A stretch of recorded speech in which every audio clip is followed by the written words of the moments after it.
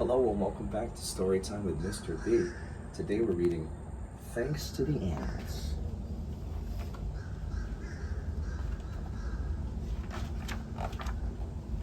Winter had arrived. Joe Toon worked for days preparing for the trip north with his family.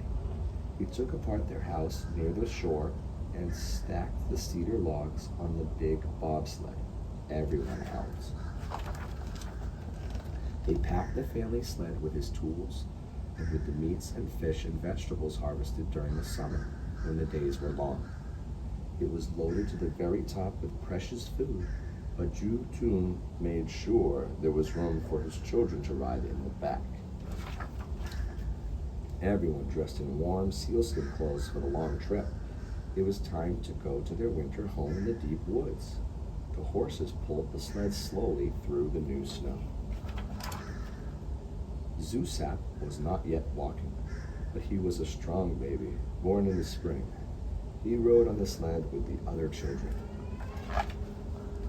As the shadows grew long, the other older children slept.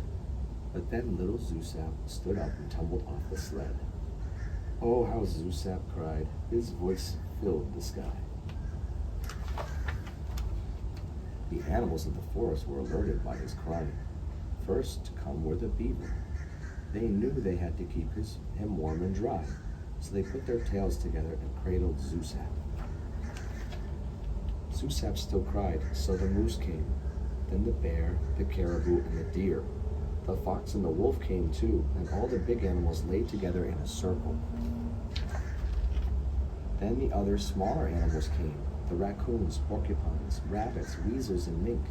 The muskrat and otter and the squirrels and mice came too. They gathered and filled in the cracks between the big animals. At sunset, the owl came. Then the raven, crow, jay, duck, and a goose gathered to perch on top. Even a seagull came. Last came the great bald eagle, who spread her wings over all the other birds and animals. Zusap stayed warm. When Jo Toon arrived at his winter home, he knew something was very wrong. Zusap was missing. Jo Toon quickly lit a fire for his family and got them settled. Then he turned back to the trail to find his son. He traveled through the woods all night, and just at sunrise, he came to a big mound of snow. Resting on top was the great bald eagle. I knew you would come back for Zusap, the eagle said. Ju Toon looked down and saw his son safely sleeping in a great pile of warm animals. Jo Toon thanked the animals one by one. Then he took Zusap in his strong arms and went back to the family.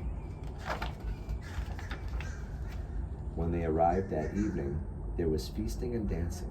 What a celebration. The end. Thanks so much for joining us. Bye.